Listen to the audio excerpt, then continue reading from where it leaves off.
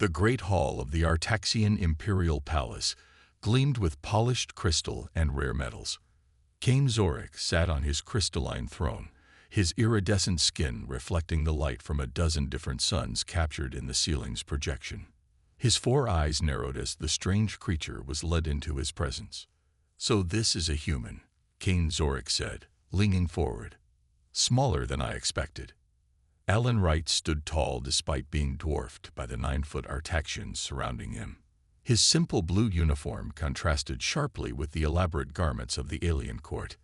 He bowed respectfully, just as he had been instructed. "Your Imperial Majesty, I bring greetings from Earth and the United Planetary Alliance," Alan said. The translator device at his throat converted his words into the musical tones of High Artaxian. A murmur rippled through the assembled courtiers. Most had never seen a human before. Earth had only achieved faster-than-light travel 30 years ago, and contact with the ancient Artaxian Empire was barely 6 months old. "You speak well for a species so young," King Zorik replied. "Though I wonder why they sent someone so ordinary. Are you truly the best representative your people could offer?" Alan smiled. "Perhaps not the best, Your Majesty, but possibly the most suitable. I've studied your culture extensively since we discovered your probe in our system." From the side of the throne, a slender figure stepped forward. Princess Ilara, the king's daughter and heir, wore a flowing gown that seemed to capture starlight. Her silver eyes studied Alan with undisguised curiosity. "Father, perhaps we should hear what the human has to say before judging him," she suggested. Her voice was like wind through chimes. Alan nodded gratefully to the princess. "We found your beacon near Jupiter. We believe it had been there for over 300 years. King Zorik waved a 6-fingered hand dismissively. "A forgotten experiment from an age of expansion.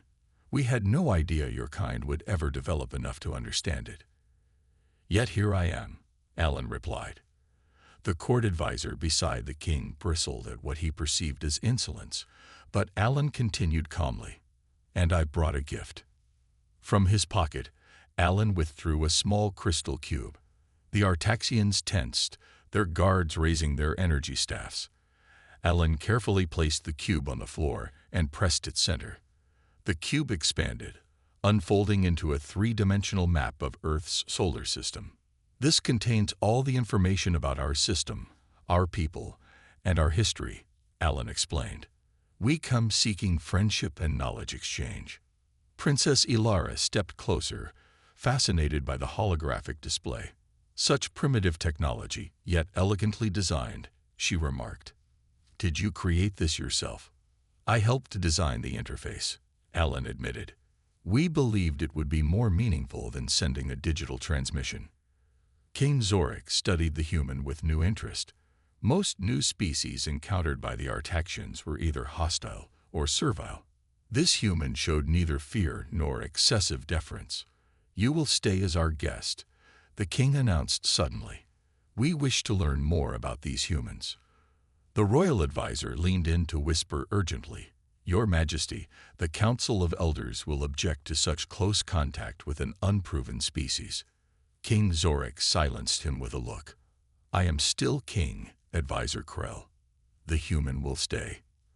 Alan bowed again. "I'm honored, Your Majesty." As the court session ended, Princess Ilara approached Alan.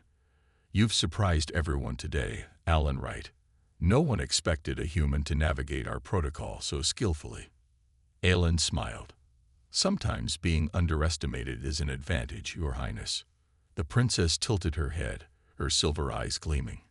"Indeed, I believe your stay will be most illuminating." 3 weeks into Alan's stay at the Artaxian palace, King Zorik grew increasingly concerned.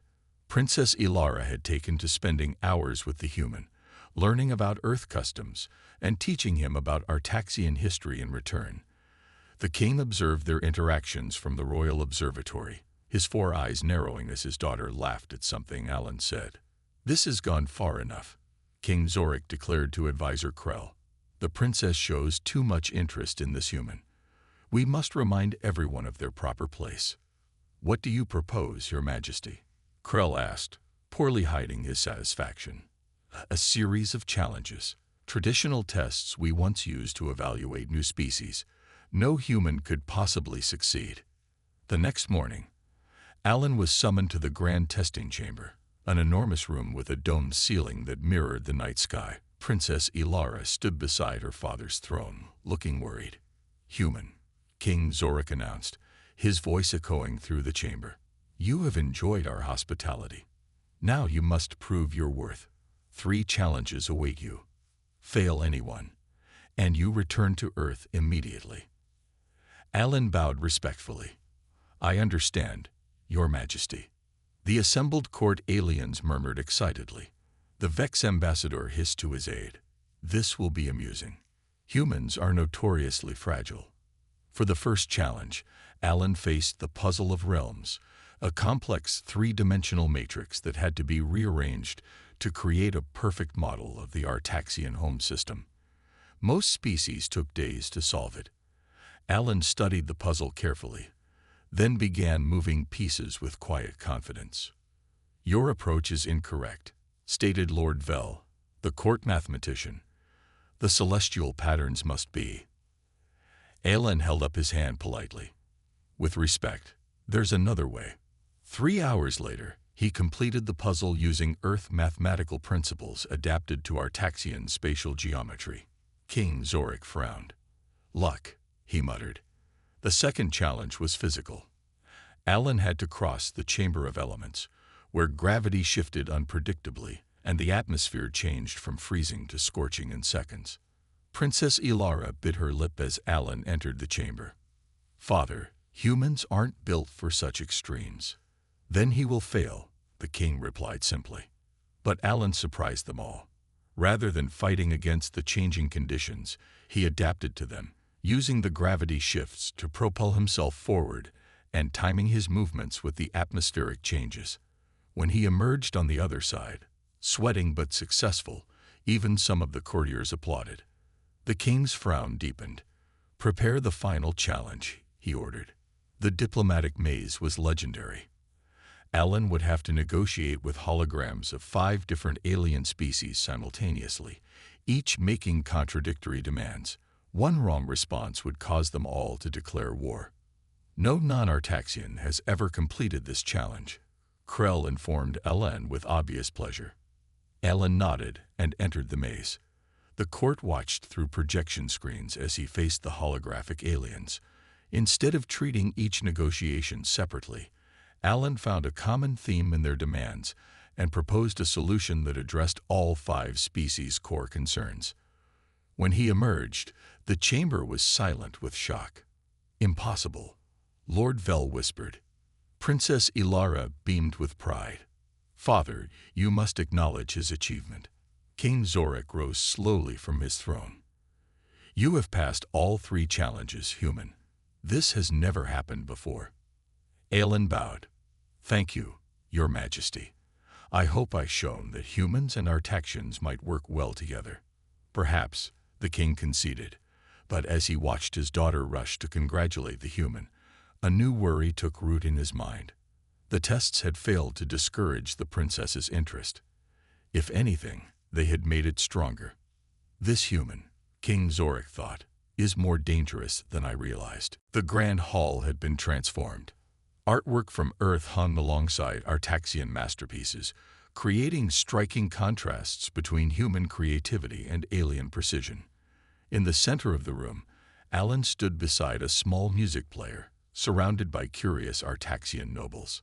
This piece is called Moonlight Sonata, Alan explained, pressing play. The gentle piano notes filled the air, causing the Artaxians to tilt their heads in confusion.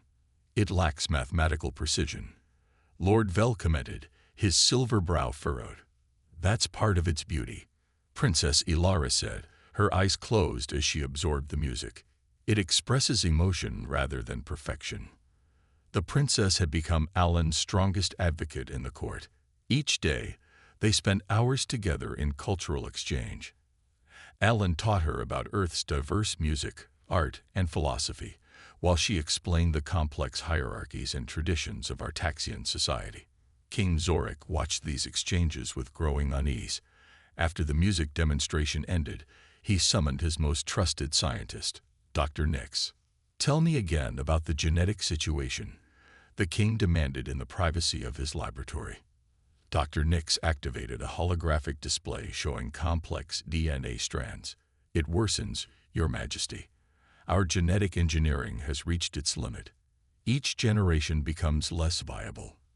Within 3 centuries, the royal line will terminate. Within 5, the entire species faces extinction." The king stared at the projection. "And there is no solution within our science. We need new genetic material," Dr. Nix said hesitantly. "Diverse, adaptable genes that can revitalize our own." The king understood the implication. "Like human genes." "Precisely, Your Majesty." Meanwhile, Alan faced growing opposition from conservative factions in the court. Lord Pax, leader of the Traditional Values Council, confronted him in the royal garden. "Your influence on the princess is inappropriate," Lord Pax stated coldly. "She speaks of human ideas in council meetings and questions traditions that have stood for millennia." Alan maintained his composure. "Education and cultural exchange often inspire new thoughts, my lord.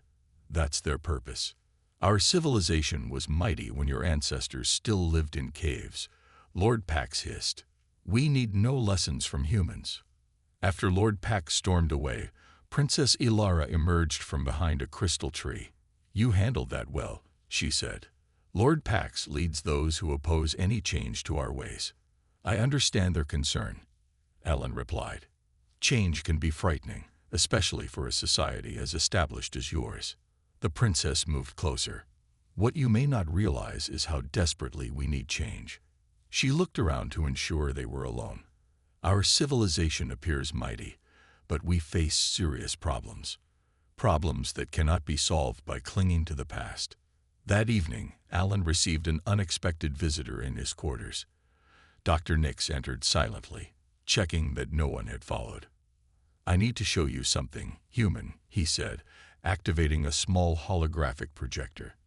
"This is Artaxian DNA from 1,000 years ago."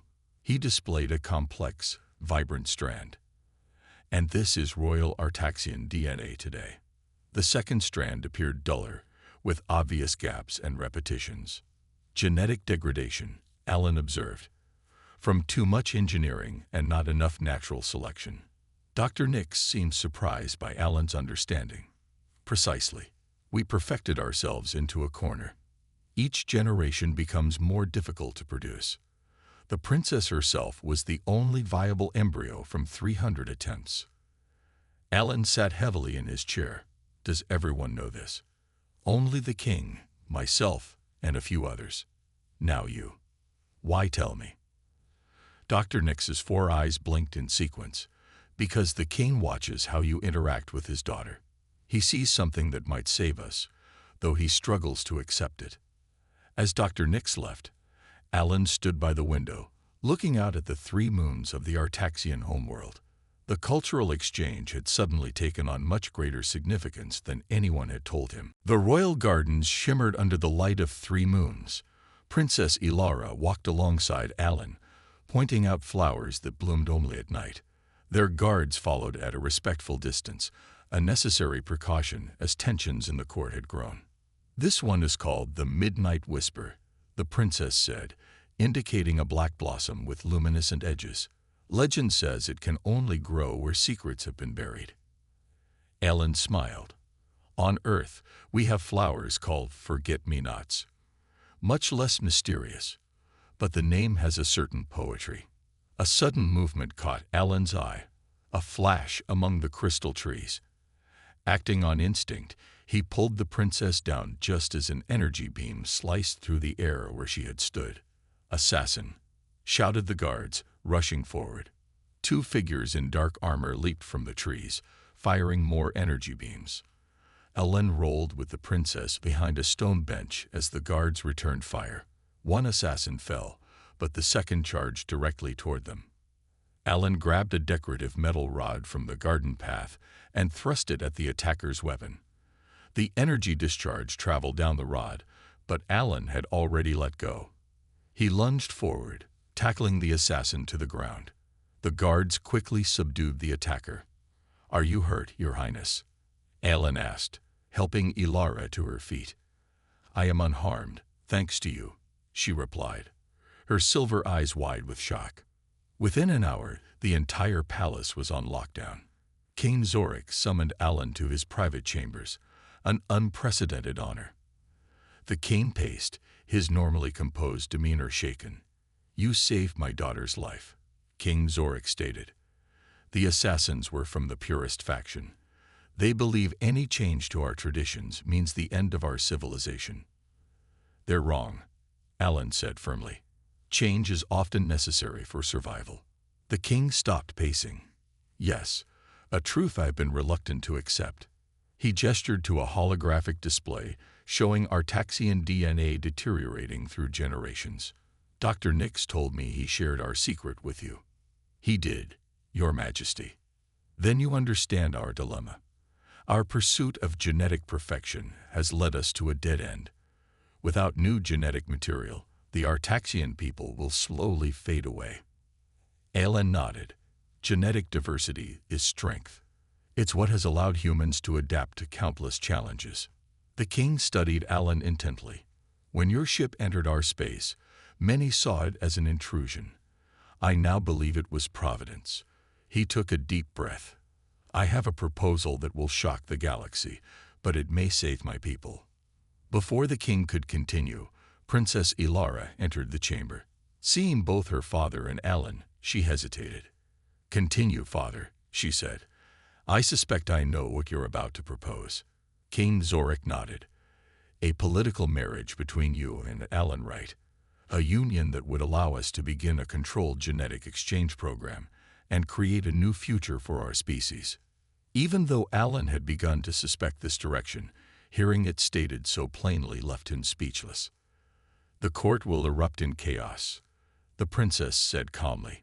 "Many will call it sacrilege." "They already tried to kill you," the king responded. "We cannot wait any longer." Alan found his voice.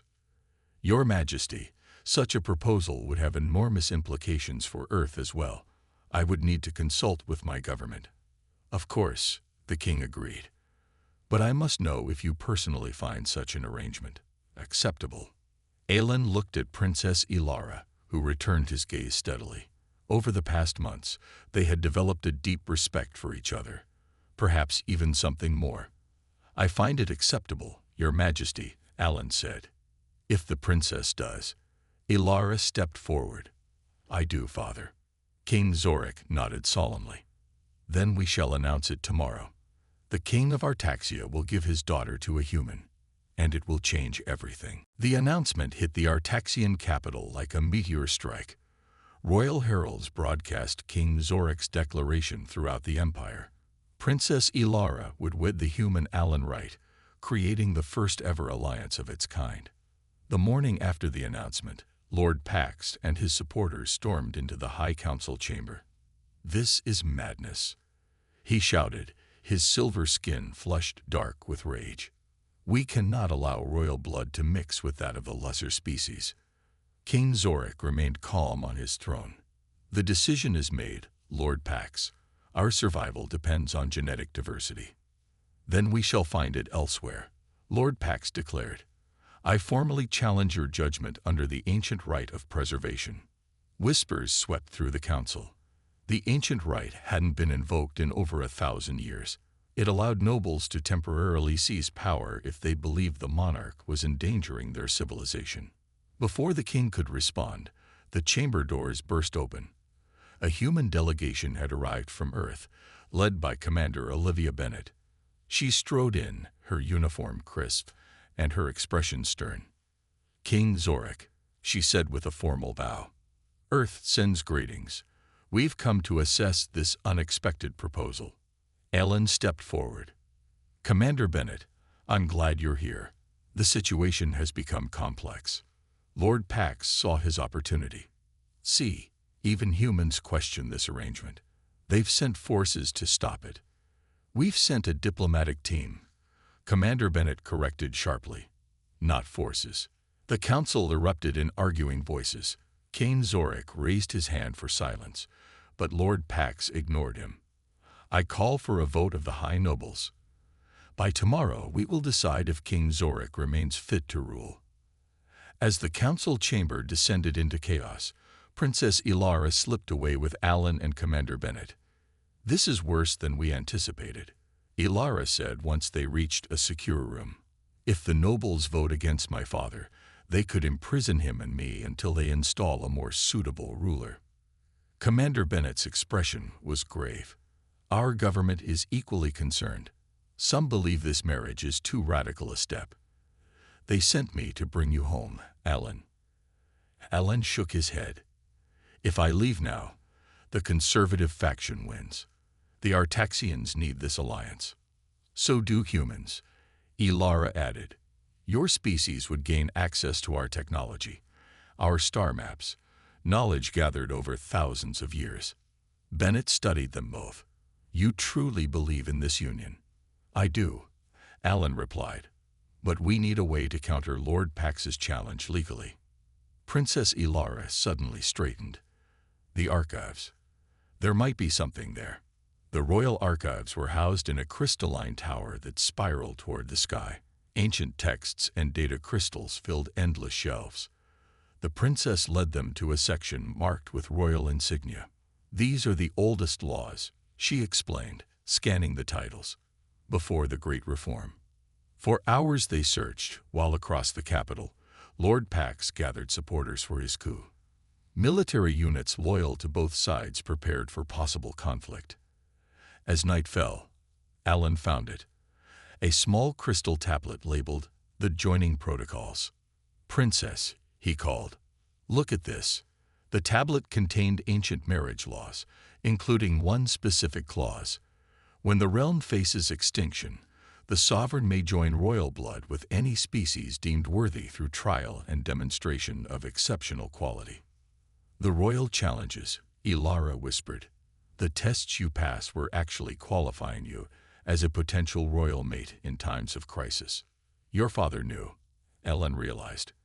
"He set up the challenges hoping I would fail, but had this backup plan all along." Commander Bennett reviewed the translation. "This could work. It's a legitimate legal framework." The princess clutched the tablet. "We must get this to my father before tomorrow's vote." As they hurried from the archives, they spotted royal guards rushing through the streets. The revolution had already begun. The grand cathedral of the Artaxian Empire gleamed under the light of 3 moons. Crystal pillars stretched 1,000 feet into the air, connecting to form a dome that reflected starlight in dazzling patterns. Inside, representatives from 12 species filled the enormous chamber, their diverse forms creating a living tapestry of galactic civilization. King Zorik had prevailed. The ancient law Alan discovered had turned the tide against Lord Pax's rebellion. When presented to the High Council, even conservative members couldn't deny its legitimacy. Lord Pax himself had been placed under royal guard, his attempted coup thwarted. Now, the most unprecedented ceremony in Artaxian history was about to begin. Alan stood in a preparation chamber, being fitted with ceremonial attire. The royal tailors had created a unique blend of human and Artaxian styles, a midnight blue robe with silver threading that matched the color of the royal family's skin. Commander Bennett adjusted his collar. "You understand what you're doing, right? This isn't just a marriage. You'll be the first human to become part of an alien royal line." Alan nodded. "I understand completely." "Earth is watching," she continued. "The broadcast signal is being transmitted across human space. You've become quite the celebrity overnight." In another chamber, Princess Ilara sat as attendants arranged her elaborate headdress. Dr. Nix stood nearby, monitoring her vital signs. "Your genetic compatibility has been confirmed," he reported. "The modifications we made to both your systems should allow for successful reproduction." The princess touched the small scar on her arm where the genetic modifications had been introduced. "And the children will be healthy. They will carry the best of both species," Dr. Nix assured her. "Strong, adaptable, and free from the degradation affecting our people. A bell chimed, signaling it was time. King Zorik entered, his formal regalia making him appear even more impressive than usual. "Daughter," he said softly, "are you certain about this path?" Ilara rose gracefully. "More certain than I've ever been about anything, Father." The king nodded. "Then let us proceed." The ceremony began with a procession through the cathedral. Alan walked alone, following Artaxian tradition for one joining the royal family. Murmurs rippled through the crowd as he passed. Many had never seen a human before, and now one was joining their ruling dynasty. The Vex ambassador whispered to his aide, "Remarkable. Just months ago, humans were considered barely worth diplomatic recognition." Alan reached the central platform where the high priest and King Zorik waited. The alien music swelled, announcing Princess Ilara's entrance. She glided down the aisle, her gown singing to capture and release starlight with each movement. When she reached Alan, they faced each other as the high priest began the ancient words of joining. Alan had insisted on including one human tradition in the ceremony, and when the moment came, he reached into his pocket and removed a small ring. "On Earth," he explained, his voice carrying through the silent cathedral, "we exchange rings as symbols of our endless commitment to each other." He slipped the ring onto Ilara's finger. It was crafted from earth gold and embedded with tiny crystals from the Artaxian royal mines, a physical representation of their union. The princess looked at the ring with wonder, then surprised everyone by producing a ring of her own. "I too have learned human customs," she said, placing it on Alan's finger. A high priest continued the ceremony, binding their hands with a shimmering cord that symbolized the joining of their bloodlines. As the final words were spoken, a sudden commotion erupted at the back of the cathedral. Lord Pax had escaped his guards. He rushed forward, energy weapon in hand. "This abomination cannot stand," he shouted. Royal guards moved to intercept him, but they were too far away.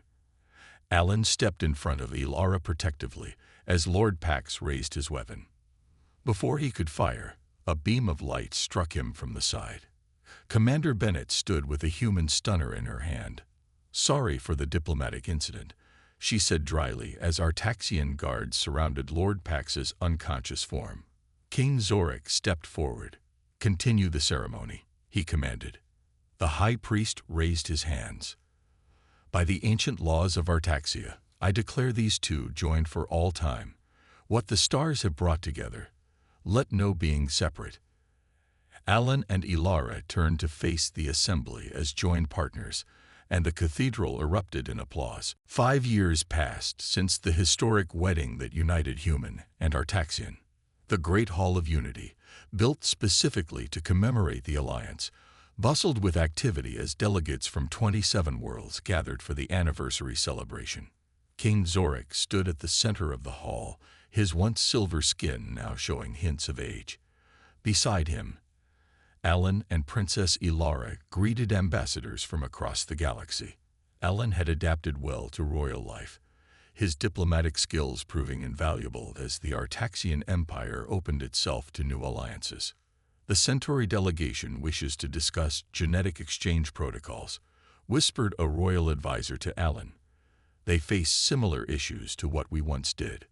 Alan nodded. "Schedule them for tomorrow morning. And make sure Dr. Nix is present." The genetic program that began with Alan and Ilara's union had expanded beyond all expectations. What started as a desperate measure to save the Artaxian royal line had evolved into a revolutionary approach to genetic diversity that benefited multiple species. King Zorik raised his hands for silence, and the hall quieted immediately.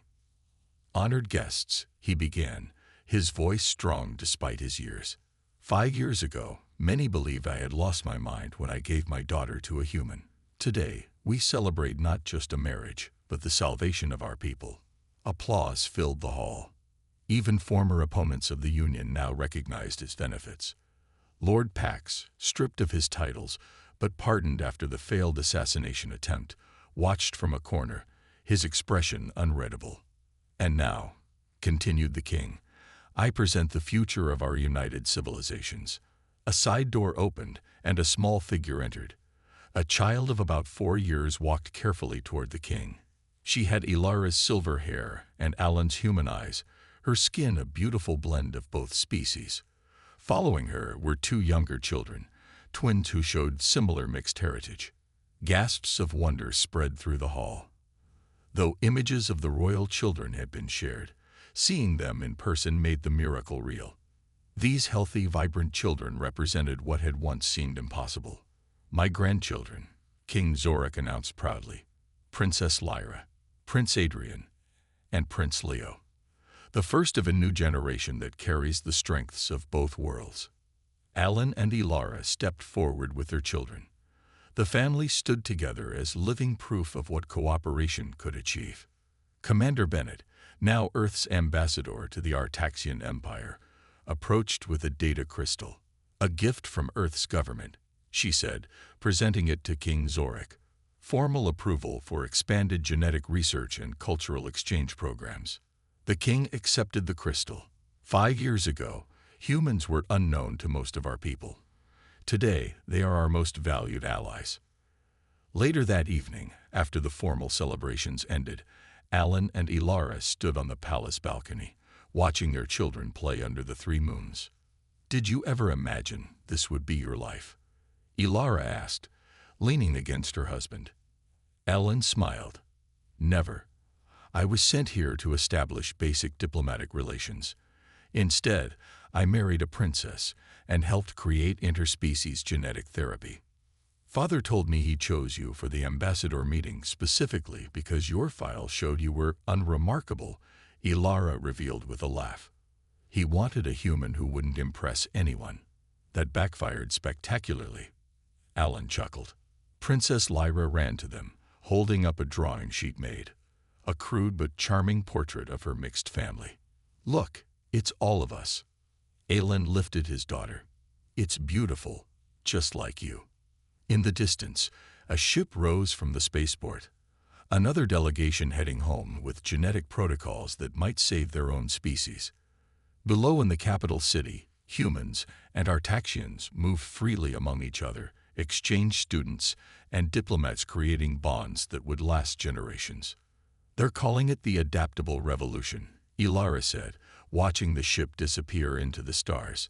"Other species facing extinction are looking to us with hope." Alan put his arm around his wife, their daughter between them. And it all started because a king gave his daughter away. And shocked everyone. King Zorik watched them from his own balcony, satisfaction in his 4 eyes. What had begun as a desperate gamble had transformed into his greatest legacy. The stars above would know the Artaxians for millennia to come, not as a failed experiment in genetic perfection, but as the species wise enough to embrace change when it mattered most.